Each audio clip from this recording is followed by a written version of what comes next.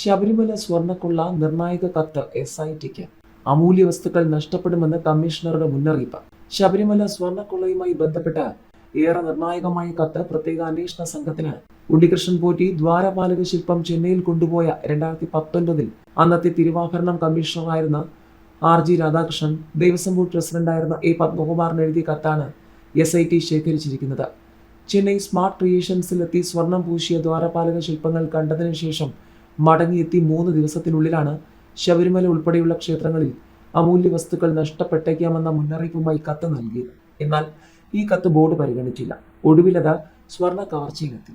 2019 August 5-ന് തിരുവാഭരണം കമ്മീഷണറായി ചുമതലയേറ്റ ശേഷം രേഖകൾ പരിശോധിച്ചതിൽ നിന്നും ദേവസ്വം മാനുവലും തിരുവാഭരണം ഭരണിപാത്രം സംരക്ഷണ നിയമങ്ങളും 15 വർഷമായി പിന്തുടരുന്നില്ലെന്ന് കണ്ടെത്തിയതായി കത്തിൽ പറയുന്നു.